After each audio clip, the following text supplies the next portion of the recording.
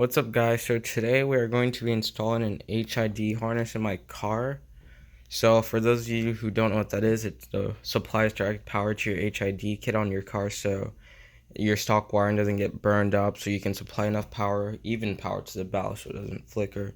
So here in front of me I have the ballast here, and I'll show you the ins and out of each connection. So let's start out here. So this is your relay here. So yeah, your normal light is going to have a signal, which is this. So you're just going to plug this into the signal that goes directly to your old bulbs. And this will power the relay, which will tell the relay, hey, take power directly from the battery, which is this lead here, and send it to each HID ballast, which is this connector here. And then the other connector down here, this guy here. Let me drop the other one, this one here. Okay.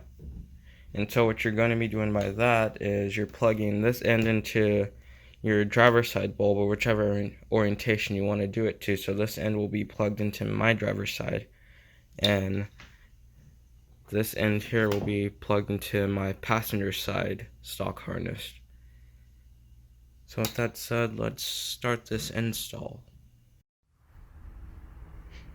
Alright guys, so I have the harness light on in my engine bay where how everything's going to be connected. So this is a power here. We're going to tap it from the fuse box here. There's a 12-volt lead coming into the fuse box that we're going to use to power that.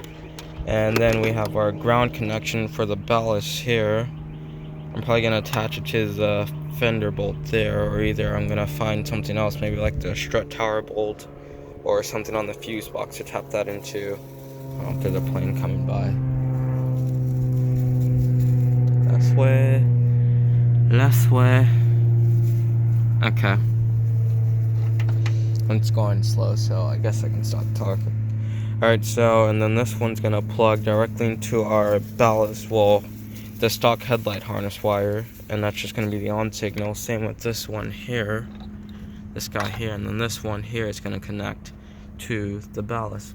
And ballast here for driver's side there, and then the other one is over here.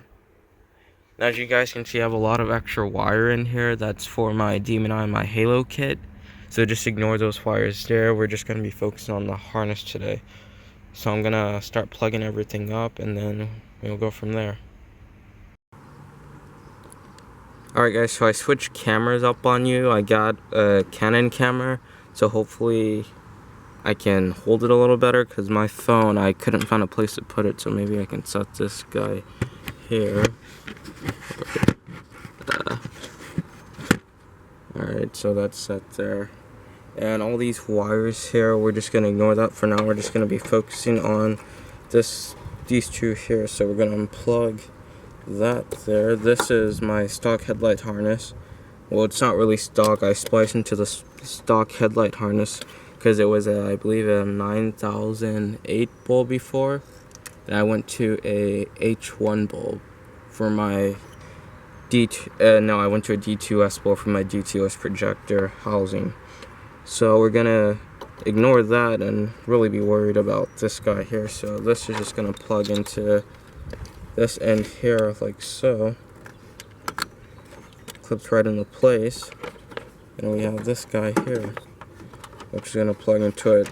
Make sure you plug it into the right, right voltage, because you can see here, I don't know if you can see that, it's marked plus and minus there, and red wire always going to be a positive. Alright, plug that in there, make sure you get a snap, and there you go. And then all we're going to have to do is get a socket and put this down on a decent ground. I'll probably just clean up this bolt here and do that. But let's move to the passenger side. That's where all the work really is. Alright, so this one's going to be a little bit trickier, as you can see there. See if I can zoom in. Because we have all these wire connectors here, all these guys in the way. So, I'm going to set you guys down somewhere where you can see everything.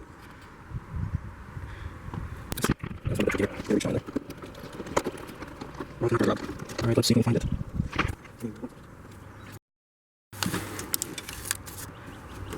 This is a problem when you work on the Camaro. All the wires are like so like tightly impacted. Like you see here, you got like so much engine room right there, but down here, wires are like tucked on top of each other.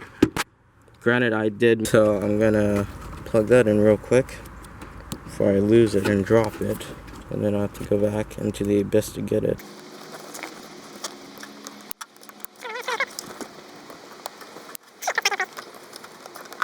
There you go. And so, like the same side, we're gonna take this, make sure it's plugged into the, make sure the continuity of the wire is right, or the, not continuity. I don't know the vocabulary for it. I'm sorry, guys. I'm having like a brain fart right now. I'll just plug it in, make sure your red's your positive and your black's your ground. So make sure you're plugging into the right positive and minus there. You can see that's positive, that's negative there. And our red's positive and black's negative. And now we're gonna do the same thing with this guy here, this plug here. Make the camera so you guys can see that a little bit better. Make sure you plug red into red and black into black there. And we're mostly done with the kit now. Now, you will want to zip tie all these wires together, because as you can see, they're just hanging loose. When you're driving like on a interstate or something, you don't want these wires to just like snap out and hit your belt or anything, or you don't want to loosen the engine bay at all, period. Normally what I would do is take the bumper off and tuck all the wires in front of the radiator shroud, because you can see there I do have some wires tucked in there already. Let me zoom in.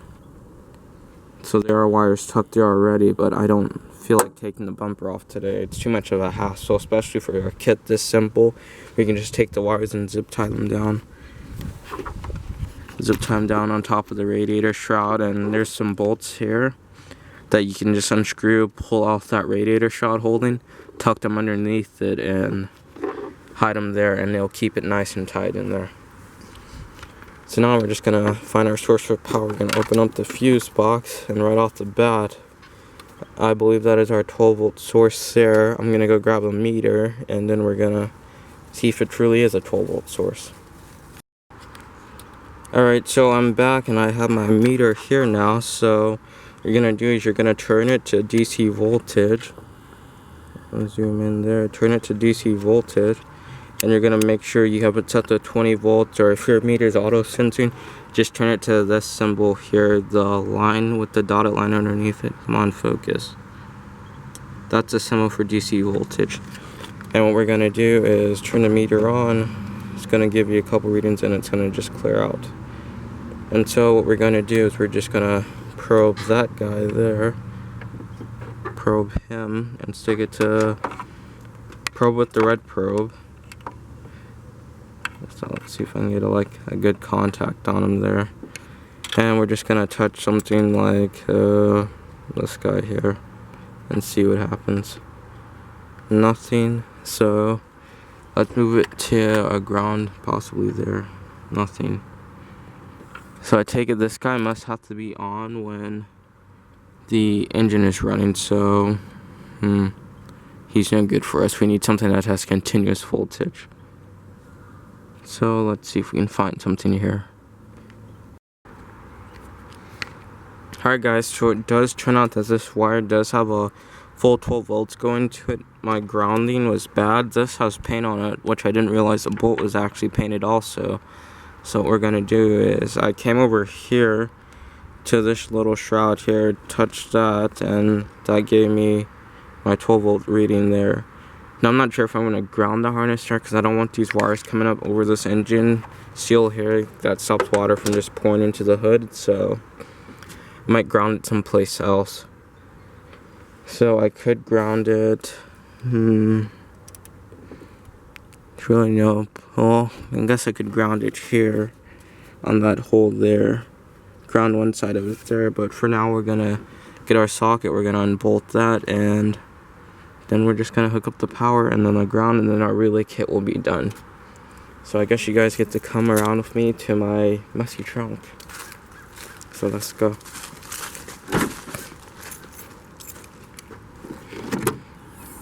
And this is the mess that is my trunk. You can see that In the process of mounting my car, I took off this guy here, which is the actual trunk liner for this part here, and I never put it back on. That's just how lazy I was. And I also have these guys here, which have nothing to do with that project, so I'm gonna take this out. And in the process of this mod, we're cleaning out the trunk also. So we need a socket that's gonna fit around that bolt there. Let's see if you guys can't even see. So if I were to put it in this way and tighten it, it's gonna push the wire out a little unless I'm holding it, which I can't since I'm holding the camera. So what we're gonna do is we're gonna tuck it under this bolt that's underneath there.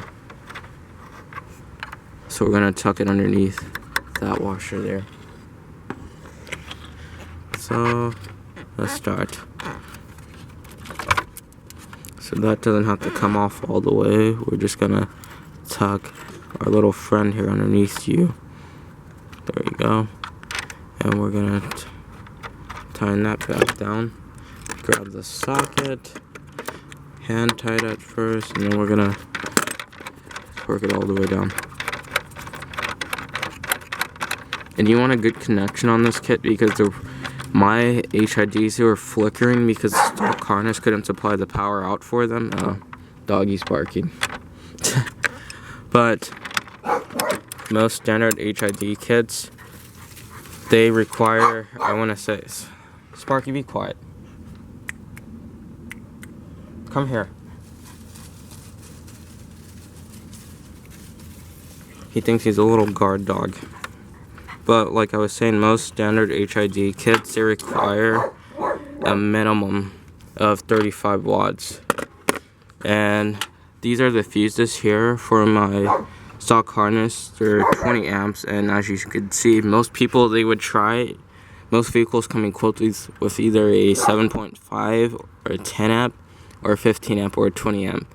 Most vehicles will mostly have 10 amps. My last couple of cars had 10 amps. Now both dogs are barking. Alright, so I had to leave for a second. I put both the dogs in the house. So like I was saying, most vehicles come equipped with those couple of fuses, and those fuses will limit the supply power to the headlight harness. And if I were to up this fuse, say to like a 30 amp, I would just instantly burn up my wires from the HID kit. It has a higher starting voltage than the regular, I don't know what the bulbs are called, regular halogen bulbs. But then as it goes on, it requires a steady lower voltage than the halogens need, so it uses less power and puts out a brighter light. But with my car, it's based on load here. The Camaro power system is based on load, because when I was testing these wires here for the headlight harness to find out where I need to tap into, it wasn't giving me any voltage at all until I plugged in its old halogen bulb into that harness, and that's when it gave me voltage. It's based on load and resistance. So the reason I need this kit is the HIDs do put a load on the stock harness, but the stock harness does not supply a steady 12 volt stream to the HIDs. That's why it was flickering, because when I first put them in, they were alright. They didn't start flickering until, I want to say, 3-4 days after it, and I didn't even notice it.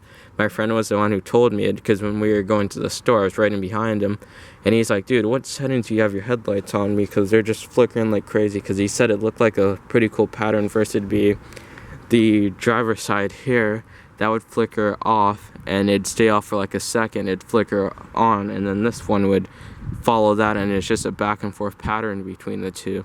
And so I was just like, that's not normal. I'm just gonna turn off my headlights before I end up killing my ballast with that unsteady voltage. So, light in front of you.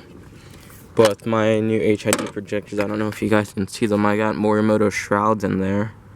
So that projects the HID out, it focuses a little more, and it allows the light to stay more focused as a beam and go straight out towards the road instead of coming straight out of the headlight and just flaring out. And most people who do HID kits, they don't have a projector housing, and that's what happens to their light. And then they complain about HIDs, saying, oh, it's a bad light, it doesn't do it for me, I like LEDs better. That's because LEDs do not need a projector housing. LEDs they're a more focused light, they can work on your regular reflector shroud. And so that's why people say LEDs are brighter. They do use less energy to stay on, and they do have a built-in ballast with LED. Well, it's not a ballast, it's a driver. It's similar to a ballast, it just applies a steady power voltage to it, just like a ballast would. But LEDs need a ballast that has a resistor in it so it doesn't burn out the bulb or the diode so easily. But enough of my rambling. We got that hooked up. The 12-volt power is hooked up. As you can see, I closed the fuse box there. And now what we're going to do here is gotta find a good ground for this guy, which is a factory ground here, but that's more for jumping the car. And there's another 12 volt there, that's for jumping the car also, which we won't be using those. Those are for emergency uses only. And this guy fell down there. So as you can see, there's a lot of wiring in this car that I have to do a lot of stuff with, because I have, these are for my halos there. Halos there, demon eyes there, and each ballast has these glued onto them.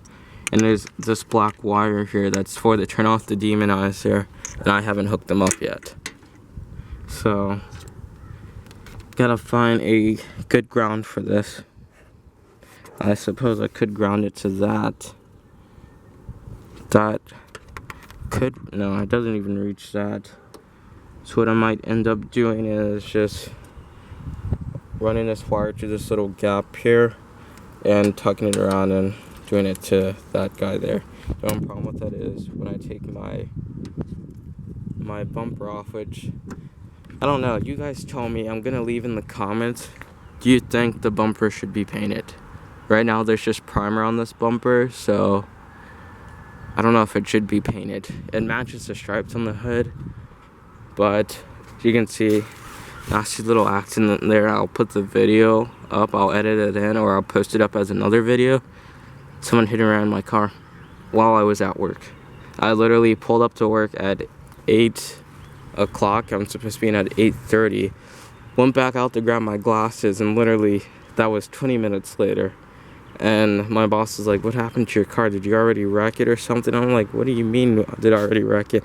Most people don't think to come check their passenger side. They just go straight for their driver's side and they just leave. And that's what I was gonna do, go back home and grab my glasses. But then I got out, I started looking at them, and it was a lot worse than that. I actually pulled this out a lot more than it was, because what happened was this part here was actually pulled up underneath that. There's this line here, I don't know if you guys can see it. It's like the stock fender line that GM presses into these fenders here, and the fender is basically bent up against that line, so it was pushed in all the way, so it made it a pain to take the bumper off. So what I ended up doing is just taking out this whole fender and bumper as an assembly so I can knock this dent out.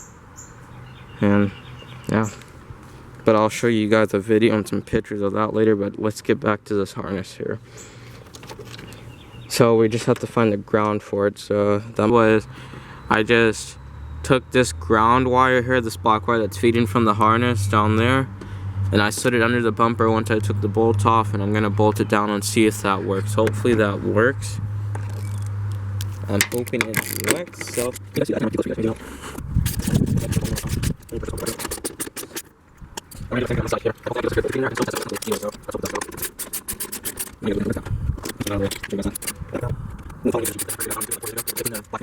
and I think I tried on YouTube. Just because it's funny for you to do, and I do a lot of saying about this car. Like when I'll show you after 2 months what I did this car. 2 months, well, a lot more. I'm not going to show you. I have the DMX in here, but I don't have the full up for it. Because I'm making full up for it, so I'm going to I'll show you.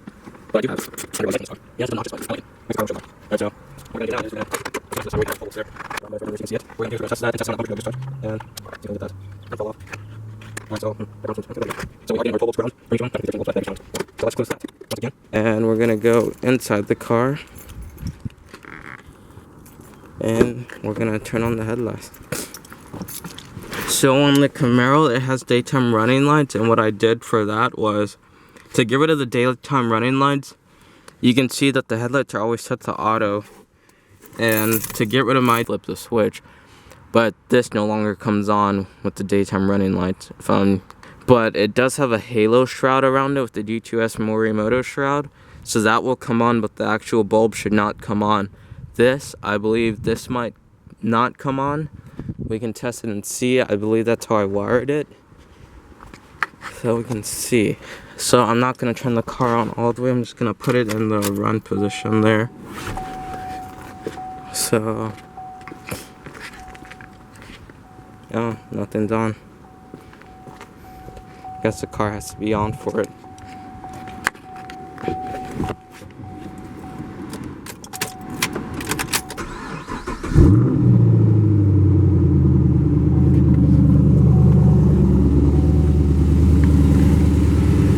Alright. Yes, the car is straight pipe, that's why it's so loud, but as you can see, I did wire it so that the shroud only comes on when the daytime running lights come on. So I'm gonna turn the headlights, well, I'm gonna turn the car off and then turn the headlights on so you can get the picture. Because it's too loud to talk when this thing is on. Alright, so headlight switch there. It's beep beep beep beep beep beep beep telling me that headlights are on. So as you can see, I flipped the switch on, the shroud's also on, and the bulbs are on, and we no longer get that flickering pattern there. So let me know what you think in the comments about this black bumper. It looks really aggressive on the car. Like right there, mosquitoes flying in front of the camera. It looks really aggressive on the car, matches the racing stripes. So just let me know what you guys think about it.